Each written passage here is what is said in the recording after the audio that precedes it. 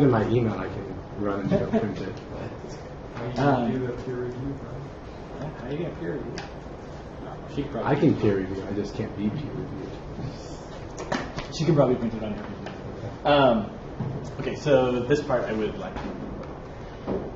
So I wanted to talk to you guys today. I think this is a really great venue for talking about careers in education because we've gone and implemented a bunch of field activities and they've been all over the board. You know, if you work for a small water district, maybe you've done all of them.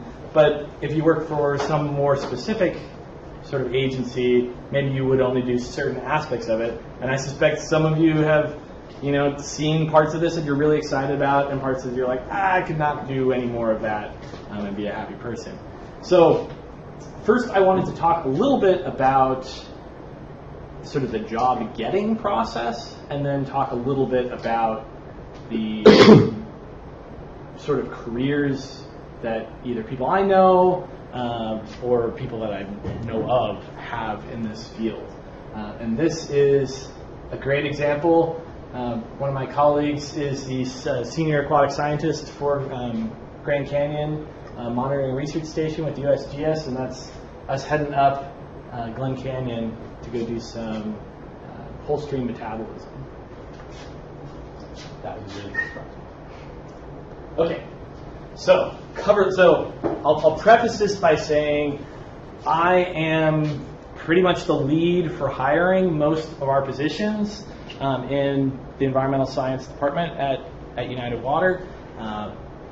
Even for the higher level positions in my department, I'm still at least a participant, and I review ungodly numbers of applications. And I will say, so we recently had a field technician position, which is a part-time, maybe less than 30 hours a week, seasonal position, and we had more than 50 applicants for that position of a very large range of qualifications.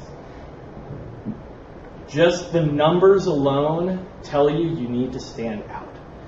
And one of the best ways to stand out, particularly at this point in your careers where your resume may not be that impressive.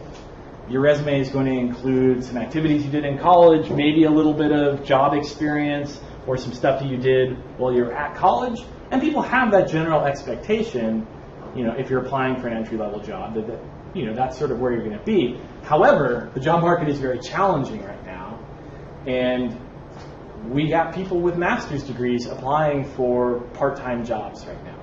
So how do you stand out in a situation like that? And I'll talk a little bit about higher degrees, and that can be both a positive and a negative for depending on the position. But cover letters are a great way for you to stand out, even for low-level jobs.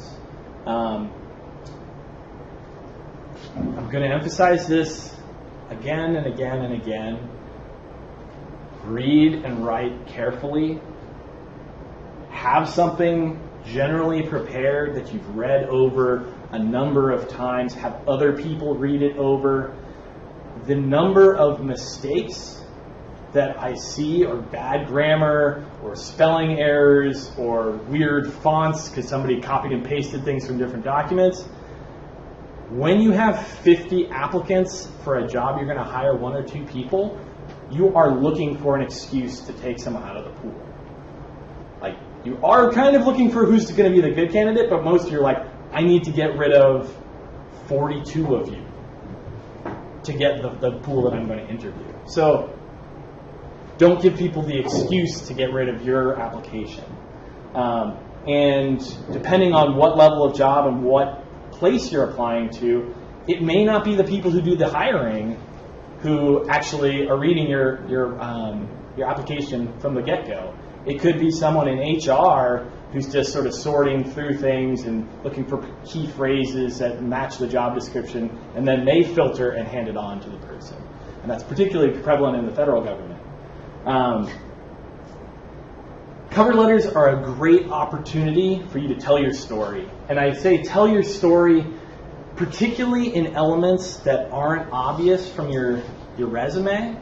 So maybe you did some volunteer work, or maybe you are an outdoors person, or maybe you've sort of taken on wildlife tracking as something that's really passionate about. You don't have job experience in it, but it's something that if it's appropriate for the position, you can have that be a part of your cover letter. That helps you stand out as someone who's been pursuing sort of multiple avenues or has these skills that can be brought in.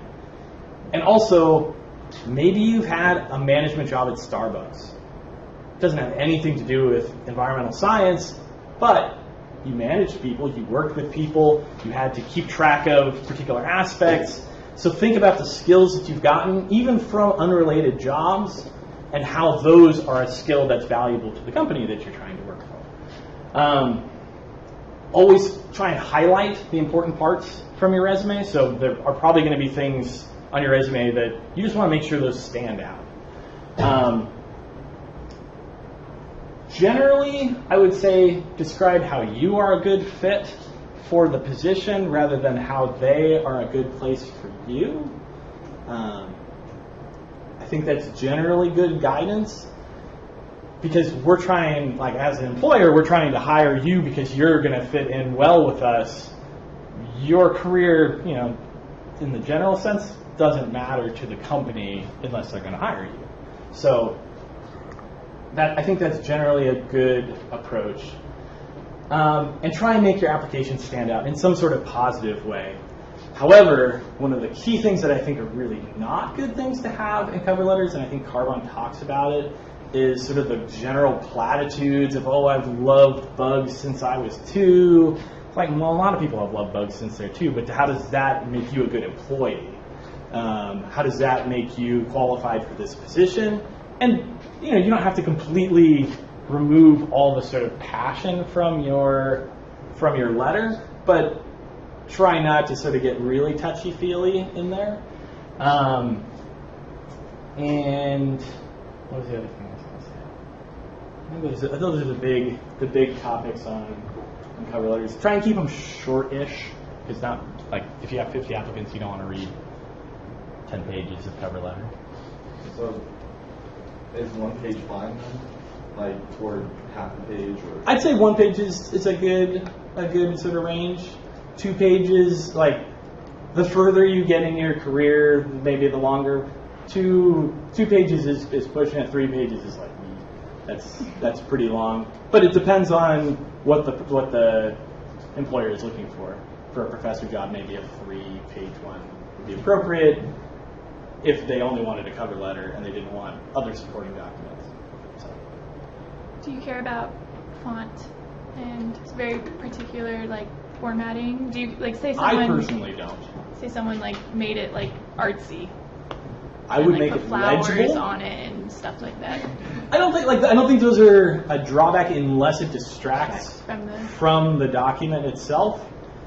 And if you're applying for the Army Corps of Engineers, that might not be the good approach.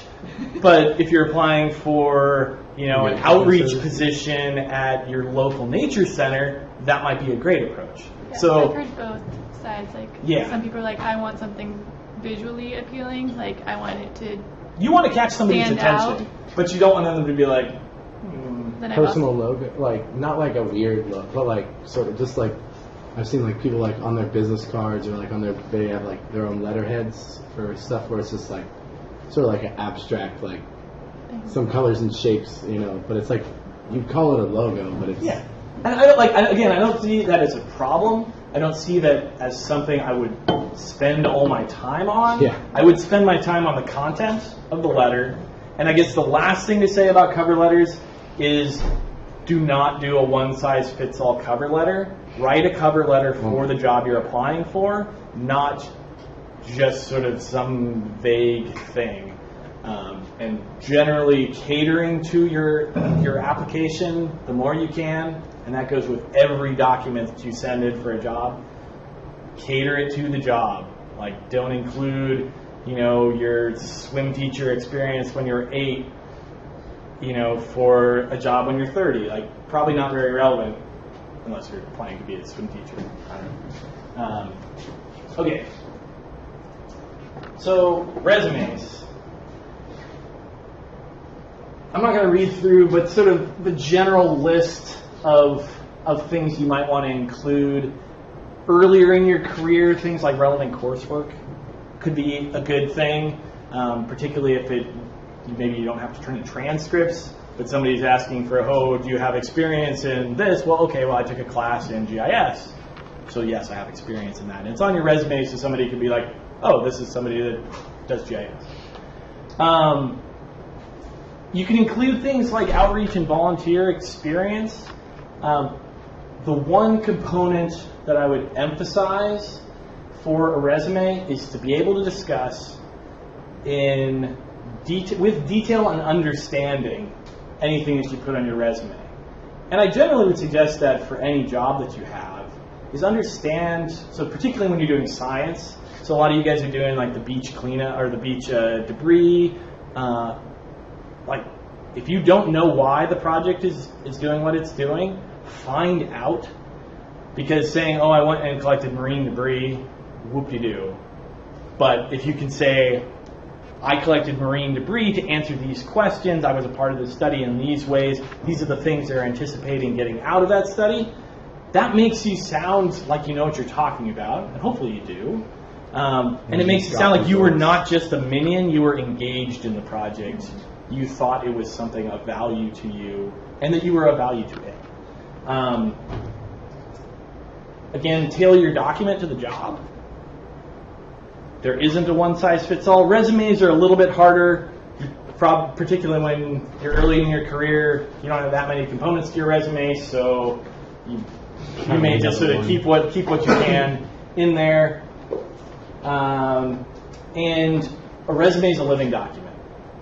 Just keep on updating it as things go on, because you never know when a job is going to come up, and you may need to apply on a really short notice. And so if you have a resume going, it'll be really easy to make the quick updates, adjust it for the particular job, and be able to send something off.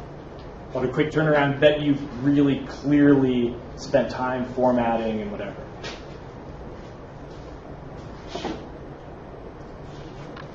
All right, professional references.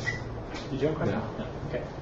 Professional references. So this is the most awkward part, but if you put somebody down as a reference, make sure that they actually can be a good reference for you.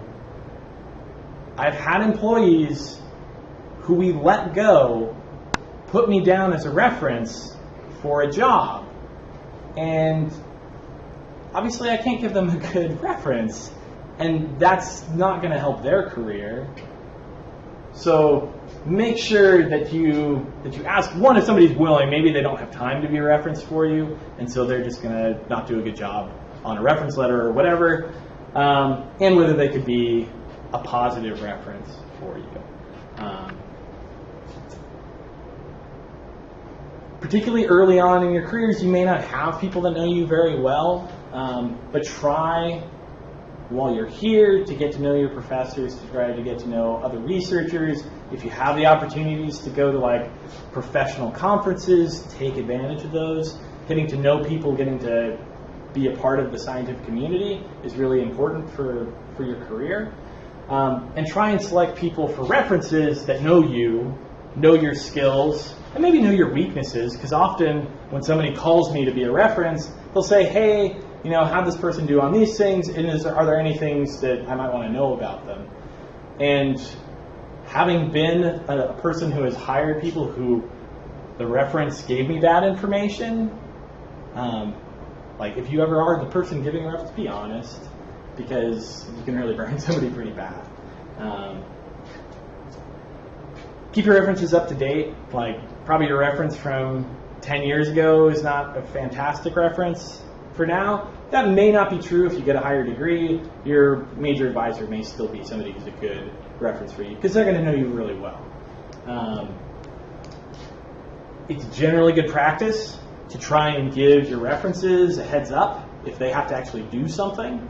And even if they don't have to do something, if they might get a call, if they don't just get a cold call out of the blue, oh, this person applied for this job, if you can sort of give them a little, hey, I applied for this job, I put you down as a reference, as we've talked about, and this is sort of the job, and this is why I'm excited about it. And if it's been a while, maybe send them an updated CV or resume so they can speak informedly about you and what you've been up to. You guys, I suspect, all know that most of your professors are really busy, and most scientists are really busy, so give people as much warning as you can, and also remind them that some things do. Be friendly, don't be pushy, but a friendly reminder is generally appreciated because things go by the wayside. How long should you have known your if you've had a teacher for one semester, is that good enough? Are people going to ask how long have you known? It sort of depends on the context. Yeah. If that's what you got, that's what you got. Yeah. But if you've worked in a lab for the last 2 years, I'd probably put that person as a reference before the person that you just took a class from. Yeah. If you guys don't have massive classes here, but at UC Santa Cruz, where I went to undergrad, I probably wouldn't put down the professor who was the lecturer in my 300-person class, unless I had spent a lot of time going to office hours and chatted with them a lot, and they knew me well enough to be I kind of remember them. So, use your common sense. Who could be a good reference for me? And if you don't have a lot of experience, use what you have, and whether people can speak about your abilities. Yeah. What about putting references all from the same place? So I work at Channel Islands and I have 3 different professors who would be great references, but doesn't that kind of look bad for? Well, it depends, right? If you had 3 other jobs somewhere else in the field of which you're trying to apply for a job, and you only chose people from Channel Islands, that might not be that great. But if your career has really been at Channel Islands, then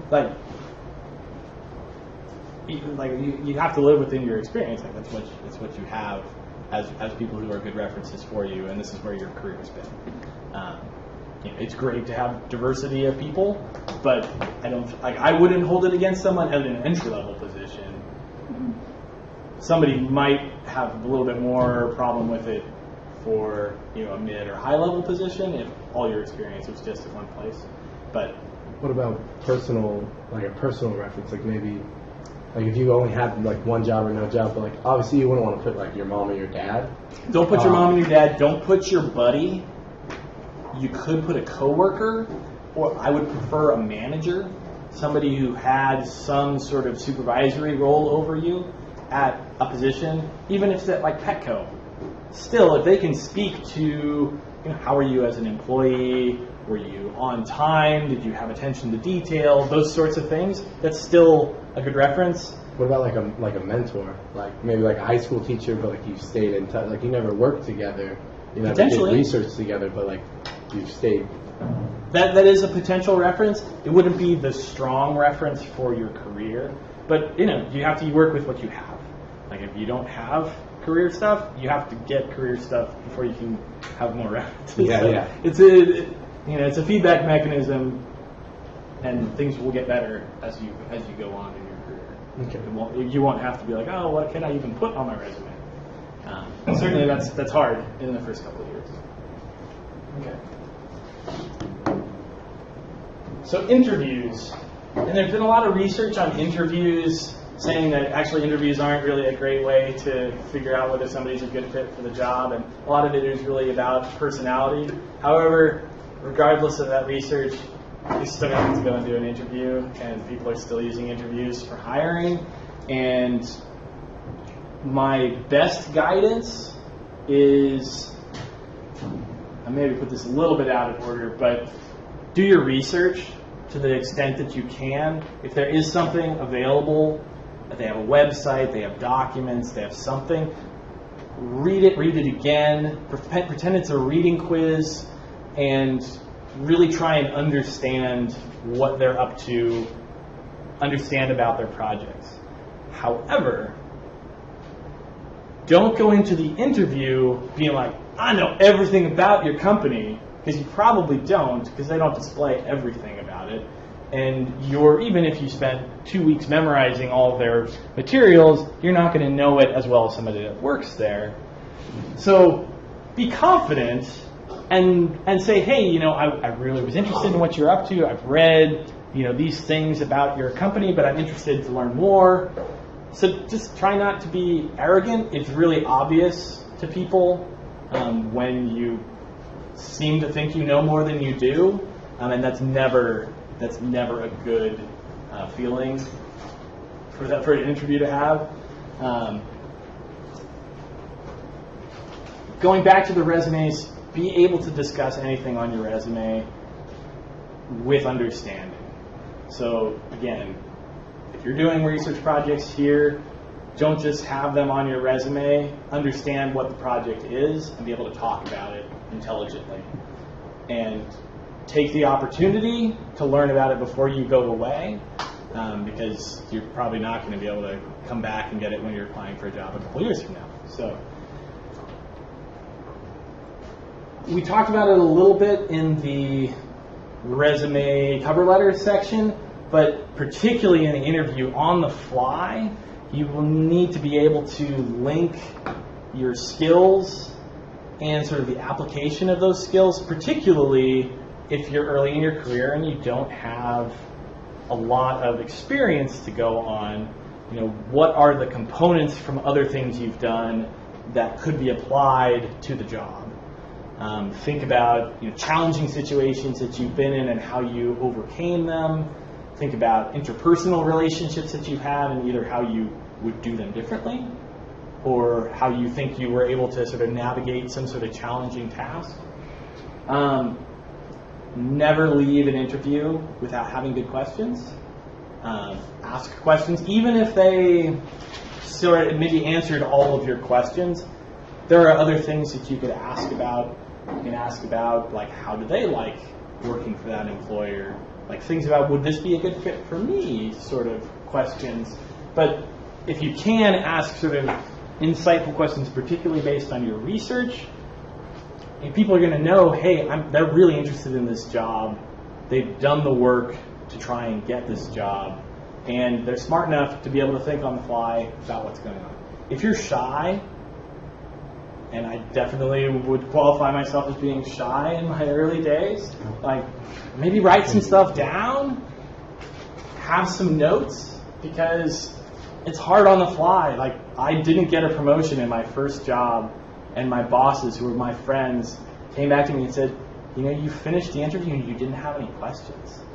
You really need to have questions. And I was like, oh, they like me, they're gonna give me this promotion. Like, they didn't give me the promotion. They still liked me. And so that's sort of a challenge, particularly if you work with people that you really like. That's one of the challenges. How do you sort of navigate the structure of promotions and stuff?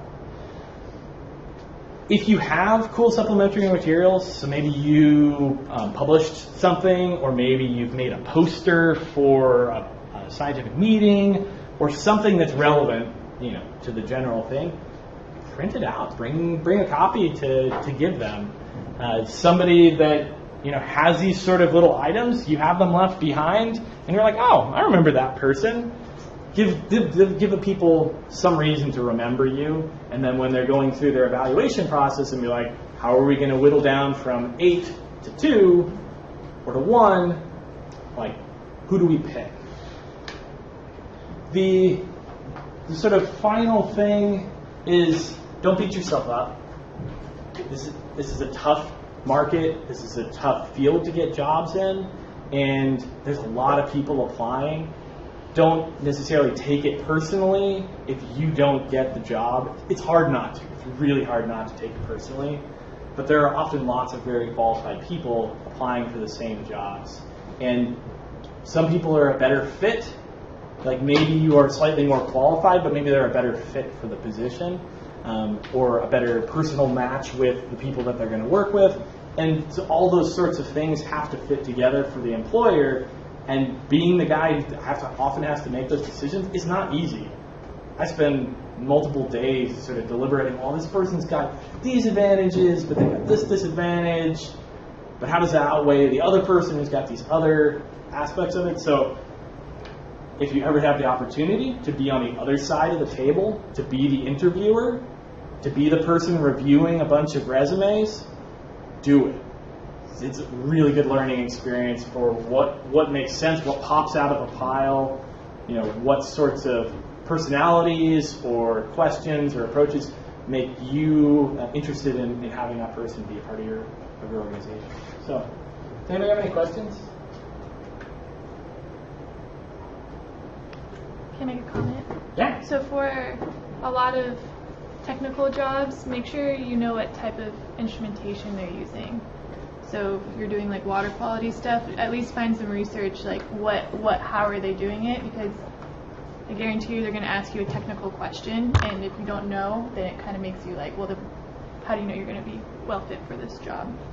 That's at least happened to me. I've been turned down because of that. So. Yeah. So, at least a handful of you guys expressed interest in further education, or at least the possibility of further education. So I wanted to talk about sort of the range of possibilities that are out there. And it really depends on what you want your career path to be, how flexible you are in sort of your personal life, and sort of where do you want to end up in a number of years. And your careers, particularly I think in the last 20 years, have been sort of less linear, and people are going back and forth between different aspects. It can be very difficult, but it is certainly possible. So the first one is sort of the most basic, and depending on the kind of job you might be applying for, a certificate program or some sort of professional certification may be what you need. So somebody wants to work in a water quality lab or an environmental health lab, there may be a certification from a professional organization that might be appropriate to help you get that job. For some of our folks, they have to get wastewater treatment operator status in order to be an operator for some things. Our environmental staff don't have those sort of certifications. The professional society that I'm a part of, American Fisheries Society, has a certified fisheries professional component that allows you to do some further education. And particularly as you're early in your career, you can look for things like that that sort of make you stand out. GIS programs often have like certificates, and it really just depends on, is this going to be, like, I wouldn't go out and just get all kinds of certifications. If it's something you're interested in, you think it might help, like, go and look even at closed job ads, did they ask for any of these sort of certifications? And if they did, then maybe that's a career you'd like to go on, start chasing those sorts of things.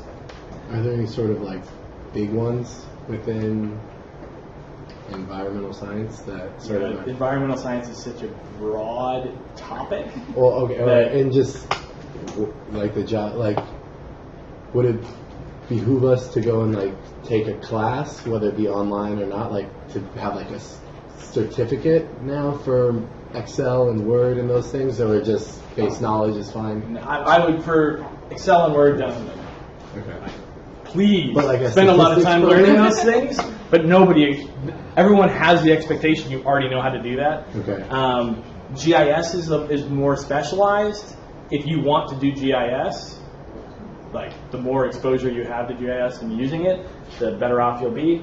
But often sort of GIS, particularly in consulting, ends up being a GIS professional, and if you're the field guy, you may not actually do any of the GIS on your own. Yeah. If you're instead sort of an academic or in a small organization, then you don't have that flexibility of having someone separate with that who could fulfill that role, then being able to bring GIS to an organization can be a valuable skill. But it really depends on sort of the angle that you're taking. So, master's degrees are really, to my mind, particularly in environmental science, ecology, there's really two very different pathways for master's degrees, and they're very different programs. The first is a coursework degree. Some of those can be done online. All of them cost $25,000 to $40,000. A lot of money However, they're often catered to working professionals. So you may have a job, and maybe your job would be interested in you having more education. They may be willing to help you fund it. They may be willing to give you some flexible time. They may be willing to give you a raise if you got that certificate, if you got that degree. If you are somebody who is fixed in a location, like you don't want to move, like in this area there are professional master's degrees. I think when there's the Bren School at UCSB, there's a new program that I just got an email about it at UC Irvine. There's a handful. Here They're going to be opening. Year 2, hopefully a year. And Oregon State has an online master's degree. So there are options for this sort of thing, and most major universities will have some sort of coursework master's degree. There's a completely different path that, depending on what you're interested in and how flexible you are, may be a better fit for you, and that's a thesis-based degree. And so usually that involves you taking some coursework, but the majority of your master's degree is going to be focused on going and doing a project. So usually it takes a year or 2 years. Typically, a professor has gotten a grant. They have funding for that project. They have particular questions that they'd like to be addressed. And you're basically going to be hired to do the project in the field, do the analysis. Typically, you also get paid for it. You might not get paid well, but you may get paid, and certainly enough that you don't need another job. However, you never know where they're going to be. And if you have flexibility in where you can be located, I'm going to put up some resources on the Blackboard site on places where you might look for people posting, oh, we're trying to hire a master's student right now. Yeah. And the example that I gave you guys with Stephen, who was working on genetics in deer feces, he was approached through his job to come and do a thesis-based master's degree at Utah State, and they're paying for him to go to school to do that. So it's a possibility that maybe you can even fit into your job, but it's something that you often, he wanted to be in California, but he's living in Utah right now. So sort of, do you have flexibility in where you can be, and will that be a good fit for you? PhDs have, again, sort of 2 different paths. One is more similar to a master's thesis in that a professor has a particular project, they have a grant for it, they have funding, and you are going to work on some aspect of that project. Often these ones may go faster. That might be a 4 or 5 year PhD program. Again, you have to be flexible on where you want to live. Maybe there'll be one in a place you do want to live, and maybe there'll be one somewhere you don't want to be. And the advantage to a defined project is somebody sort of figured out the big picture for you. They've already sort of identified the question that they want answered, probably the general strokes of how to do it, and you're going to certainly do coursework and a lot of the actual field and analysis, but you're not having to go find money, you're not having to write grants most of the time to sort of do that program. Typically in environmental science, ecology, PhDs are paid for. Like, you are getting paid to go to school. And for a defined project, typically that salary comes from you being a research assistant. So you're getting paid for the research you're doing, and so that's where your salary comes from. There's also independent PhDs, and nobody's going to call this is an artificial thing that I put together for you.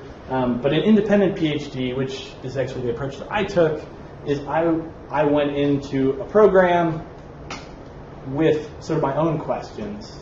I was working on sort of general themes that were similar to my advisors, but they did not have funding for me. They did not have a field site for me. I could borrow some equipment from them, but sort of the general aspect of it was up to me. That can be more difficult. It can certainly take more time. I spent much of my time in graduate school writing grant proposals to fund my work, and it's kind of why the next activity, The Price is Right, sort of is really resonant to me. It's like, what can you do with the money that you have? Because if you need to do more, maybe it's going to come out of your pocket, and your pocket is not very deep. Yeah. You were saying that for these PhDs, oftentimes there'll be a salary. So what kind of salary could we expect during that? Like, is it going to be decent, or is it going to be like For the amount of work you do. So for if you have an NSF doctoral salary, it's about $30,000 a year. If you get a research assistant through a defined project, depending on the school, it could be somewhere between 18 and 28. However, keep in mind that California is not, like, my cost of living doubled moving from upstate New York to California. Yeah. So $30,000 is like, yeah, I can travel, especially if you're in New stuff. Mexico. Yeah, this in Mexico. Sure. So, you know, like, sort of the scope of which the salary, like, if you're going into academics, you probably aren't going for the money. Yeah, but I mean, you have to consider that. Like, if can I pursue that? Like, am I gonna be able to survive off of that, or am I gonna? And you know, I had colleagues who were raising families. I didn't go to graduate school in California, so I can't speak to that component of it. Your funding for this typically comes in the form of teaching assistantships, research assistantships, so maybe your advisors have sort of unhooked money that they can use to pay your salary, or potentially they may be able to, they have a project that you can help them with for a semester, and that'll pay your salary. I did a combination of, I did have some scholarships, but I also had teaching as a big part of my salary. Carbon talked a lot about how to choose a graduate school, and one of the questions that I asked you guys on the reading quiz is, should you pick a school based on its prestige? Absolutely not. That may be sort of relevant for an undergraduate. As you go into masters and PhDs, certainly someone will be like, oh, you went to some fancy school, that looks great. But for you personally, this is a commitment. This is your life for 2 to 7 years. You want to be happy. You want to be able to work with the person that you're working with. So it's really picking an advisor, picking somebody that you can work with and that can work with you. And I think he gave some really good guidance on how to approach that. So look around for people whose research is interesting to you and see if that's an approach you want to take. I did say I was going to talk a little bit about what are the advantages and disadvantages of different degrees. And one of the advantages to a master's degree is it certainly will make you more easily promotable. Because you already have this sort of higher degree, you could potentially get promoted at, say, a consulting firm more quickly. Because you already sort of have this educational background that gives you more experience than somebody else. Masters and PhDs can also sort of price you out of a job.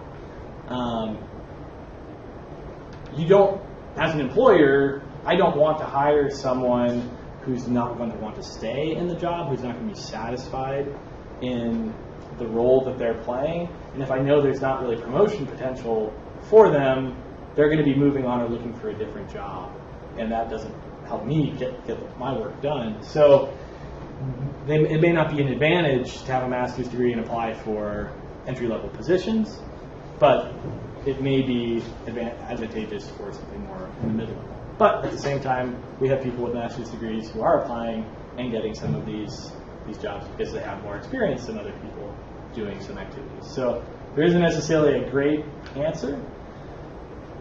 the advantage, to my mind, for my PhD was that because it was independent, I had to learn so many different things and had to do so many different things, sometimes painfully, on my own, that I feel when some new task comes up at my current employer, like I already have enough experience in that, and so like things like web design, coming here and making a website for this class, I've already done web design in a number of different ways. I've done a lot of data analysis. I've designed studies in different ways. I've tried to fund them and budget for them and manage a field crew. So all those sorts of things I had to do as a PhD. But, you know, if that's not sort of the angle that you want to take, it may not be a good fit for you. And it's a commitment, and it can be, there are major ups and downs. And I highly recommend looking at PhD comics if you want to see a amusing take on the graduate school experience, because it's often pretty spot on. Yeah. So, because you're talking about the difference between master's and PhD, what about if you want to be like a professor? Does it matter what you get? Well, so it depends. And we'll talk a little bit about careers. Well, we'll talk a fair bit about careers, but you don't need a PhD to teach at a community college. You can be a lecturer, I think, here, even without needing even a master's, I think. And you need a master's to lecture here or significant, like 10 years of experience in the particular field of course you're teaching. So like an engineer could teach an engineering course if they've had 10 years of engineering. What was that lab policy gains experience? It's different things, not a PhD. But a PhD does allow you to be a professor at a university. Is there going to be a significant pay difference as well between the two? That I don't really know. I think PhDs can only apply for tenure. If you have to have a PhD for tenure. For a lecturer, where this is just one class, that's your whole job. That's master's or 10 years of experience. So if you want to be full-time employed and doing research for So you can do tenure without a PhD, even if you are here as a lecturer for like Correct. 15 years? Yeah, and so that's actually one of the big, this is really sort of off the beaten path, but lecturers are kind of the dirty secret of the university system. They generally don't have any guarantee of employment. They generally don't get paid very much, and Really? they have to work a lot. And they're the ones teaching most of the classes at many universities. And so it's a great, like if you really love teaching, it can be a great experience. If you like flexibility, it can be a great experience. If you want a guarantee of having a job for a long time, probably it's not the best fit. But maybe let's move on to, yeah. So for the master's coursework and thesis, do employers treat them differently at all? Or is it just master's? Yes and no. You would generally, from a thesis degree, have publications. You probably are not going to have any publications out of a coursework degree. Publications, pretty much, I would say, across the board, are going to be impressive to an employer, because that not only means you were able to do your science, but you were able to put together that science, have it be reviewed by other scientists, approved, and have it be available to other people to use. So a publication has a lot of weight to it, and I highly recommend if you can find a way to make your senior thesis or your capstone project be publishable, Hell yeah. do it. It will absolutely help you get a job. And it helps you be a better scientist. The peer review process is horribly painful and really long, but it definitely does help you be a better scientist and a better writer. Sorry. Yeah. Do you know how that compares to like international? Like, would it be probably like pretty similar structure, pretty similar? So I guess the one thing, and I think she was maybe alluding to it, you do not have to have a master's degree to get a PhD. I did not do a master's first. You can do a master's degree and then get a PhD. Depending on... Is it like, do you have a master's as well? Or are they separate? Okay. Generally, if you basically failed your PhD, you end up with a terminal master's degree. But what about, I was saying like internationally, like if I wanted to go to school in a different country, like pursue my master's degree in Bhutan or France or New Zealand. I am less familiar with the international system. It's definitely different, and it's definitely got a different approach to it. But as far as... And PhDs are fast in Europe, like 3 to 4 years. When you get your PhD? Is a PhD there. How long did you say you did? 4 years? I was 7 years. 7 years? Oh, shit. And master's degrees, particularly thesis master's degrees here, easily could take 3 years. Depends on how well your field seasons go. Yeah. But generally, my experience is that European educated folks have had a harder time becoming professors. That's what I was going to ask, here, like career-wise. it's like, so you're just taking your experience from one part and you're cutting it off and moving to the next step, but you're maybe not quite ready for that next step. And I know from my colleagues who are professors that the step between graduate school and being a professor can be pretty tough. Particularly if you didn't have experience writing grants, which is at a research university, your primary job, and doing that combined with teaching, building a good research program, and publishing. There's a lot of things to do. So. Yeah. But we'll talk about that in the next segment. Okay. So let's talk a little bit about careers, and I sort of split out the sort of potential pathways that I've seen into a couple of different categories, and I'll talk about some of them in particular. But from your survey, you guys mostly said, I want to be in the field. A few of you said, I have maybe more of a bias towards the office, but most people were saying, I want to be in the field. And the one thing I wanted to emphasize is what types of jobs you're going to get if this is your target. And many of you did not put dream jobs down that would mesh with this being your target, which is sad, certainly. But right now, many of you are like, oh, I just want to be outside all day. Probably 10 years from now, your perspective will change. And you'll be like, actually, I don't necessarily want to be outside all day, every day, doing grunt work or picking bugs under the microscope. So thinking about, this is actually sort of the logical progression for what your sort of promotion is going to happen. You're probably going to start in a position like this. And one of the sort of things to consider about a position like this is seasons. Most field jobs are seasonal. And so that means you maybe have employment for 4 to 6 months of the year, and then maybe you move to a different hemisphere, maybe you find something else to do in the interim, but many, many, many jobs for entry-level field technicians are seasonal or part-time. And so that's a big challenge. As you sort of move up the ladder, you're going to have more time in the office and also more responsibility, and that's where some of the higher levels of education can be advantageous to you, that you have the experience to actually design a study. You're probably not going to design the study out in the field. You want to go out in the field and have the ability to see how things are going to work out there, but you also need the ability to step back into the office, do the data analysis, look and see, do I need to change the study design? And so being able to think about all those different components is really important.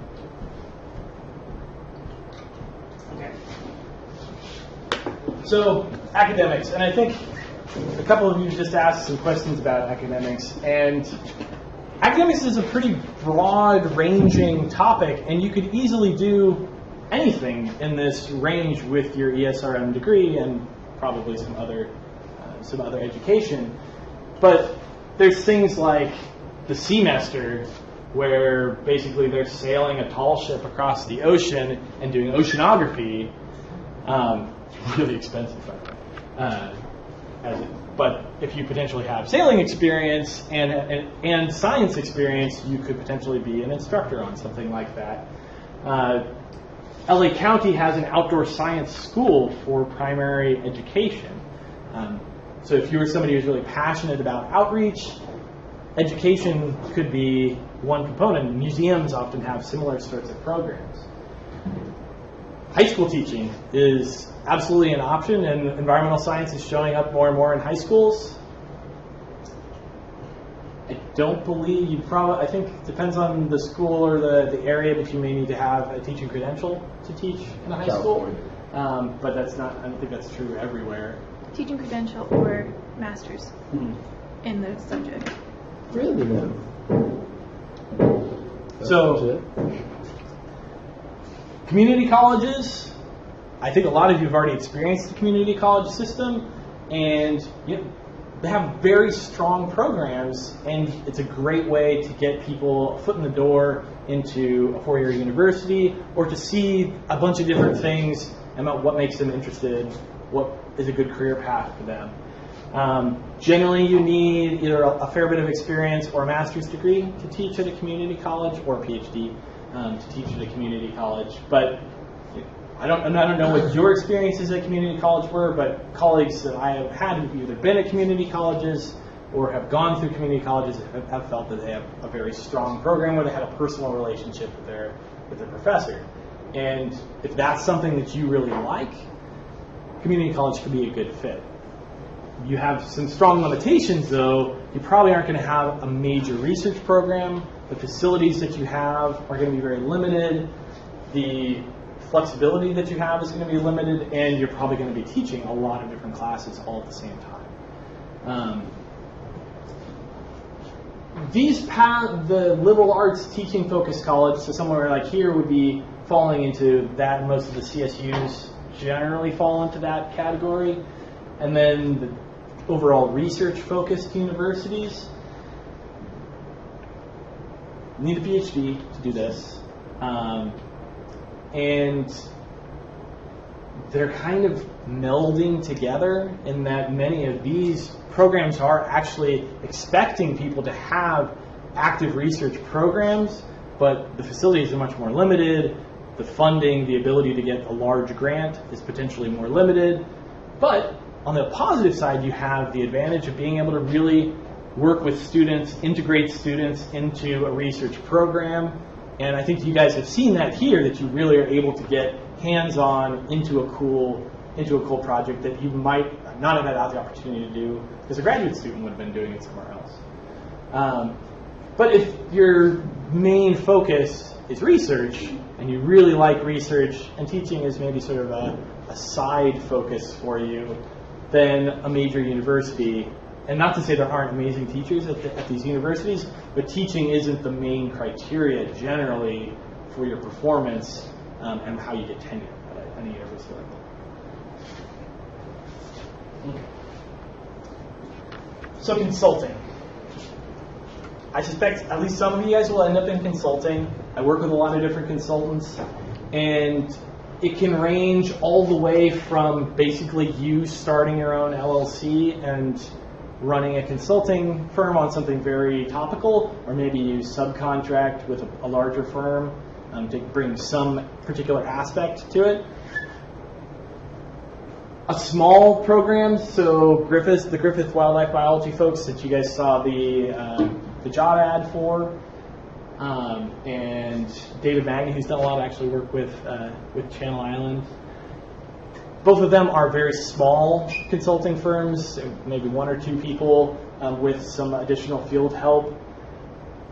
They're generally going to be focused on very limited scope of topics. So maybe you're a plant person or maybe you're a bird person. You're not going to be doing sort of all the things generally at a smaller consulting company. Then you have sort of the mid-level and the massive consulting firms, and particularly in this range, they're often going to be hiring on-call staff, and this can be very frustrating for people because the consultant is a for-profit industry, so they don't want to keep people around who aren't making money. And so they do not have a reason to put you on staff if they can not put you on staff. And they can just call you and say, hey, you could work on this project for this many days. And then the project goes away and you go away. So permanent positions, generally, my observation has been they seem to be less common, and they seem to sort of filter up from you've put in your time as maybe an on-call at that agency or other ones, and then maybe you sort of eventually work into a permanent position. The local and regional consultants, of which we have quite a number and really solid consultants in this area, can work on multifaceted projects. They often will either be subcontractors for big firms, or they have enough diversity within their organization to be able to work on a number of different topics. The global generalists, so some of these companies are absolutely massive, and you might be based in California, but there's an oil spill in the Gulf, and you get called to go work, on the East Coast for 6 months to go work on a project for that. And so there are advantages and disadvantages to those, and depending on your personality or your interest, you may get more professional development in a smaller company than you may in a large company, but it depends on the company and the particular culture of that one. And a great way to meet consultants is to go to, I think some of them might show up to the career fair, but also professional societies. A number of these folks will show up to professional societies. Like the fish talk type stuff tonight, is that a good place for networking or not really? I don't know. I don't know who's going to come. I'll be interested to see who's going to come. I think a lot of United people are going to come. I had a question on these global ones. Oh, so you said the local, regional ones will do more on-call stuff. The global ones, do they hire more permanent staff? Oh no. On-call is very common, and the bigger it is, the less. The more they have to focus on by profit, like shareholder profits. Boom, right here. Yeah. All of these are publicly traded organizations that bottom line is the key. Do you know anything about AECOM? We've hired them for things. I don't really know much about them. Oh. They're big, really big. Yeah. I think they just got bigger. I think they got purchased by somebody. Yeah, and I know they were big in the, what was that dam up north? Elwha? No. The one that breached. Oroville? Oh. Oroville, yeah. They were the main consultants for Oroville. Yeah, so they have a diversity of projects, and they often will subcontract local folks to help with some project if they don't have someone locally or generally in the organization who can do it. But they're going to apply for most jobs that are people that are trying to get a consultant to do something. So the public sector is also pretty diverse. You can work for local agencies. So I have some colleagues that are working for watershed protection districts, or I think there's Mission Creek in Santa Barbara has a small organization, and one of their scientists works for that. The cities will often hire scientists. At least one of you guys said you were interested in being a ranger. States and counties often hire rangers. The one asterisk I'd put on rangers, particularly for the state, is they're primarily law enforcement officers and secondarily environmental folks. Outreach, particularly, depending on the park. I worked for state parks for 4 years during and through college, and some of our rangers were really disappointed by the lack of the ability to do anything other than law enforcement. And we weren't a particularly busy park. If you get to a really podunk park, you may not have to do much law enforcement, but probably there's going to be marijuana grows if it's a podunk park. So maybe you'll have some other thing to chase down. But Fish and Game, state parks, State Water Resources Control Board, CAL FIRE, all are people who would potentially hire biologists and environmental scientists. The federal job market is not looking super hot at the moment, but the asterisk that I want to say is there's a lot of different agencies within the Fed that still are going to be hiring biologists, environmental scientists, including the military. And the military often has to do a lot of environmental compliance on their bases. I think they're the only ones who currently have any jobs on the government website right now. And the Army Corps of Engineers is a civilian agency within the Army that does a lot of biology, actually. The federal hiring system is tricky, and it's absolutely one of those places where your resume and your cover letter are going to be seen by HR people before they ever get anywhere, and they may never get anywhere if the HR people don't see the keywords to the particular questions. They have generally a list of, I don't know if they still call them KSAs, but knowledge, skills, and abilities, that you have to be able to check off all those marks and say, I am an expert on this aspect. If your score from the KSAs doesn't show up in a particular number, HR, your application doesn't get forwarded on. So it's a challenge, and some jobs are absolutely formed with someone in mind, and so you may not have a chance at it anyway. Those are generally the ones that have like a 3-day turnaround.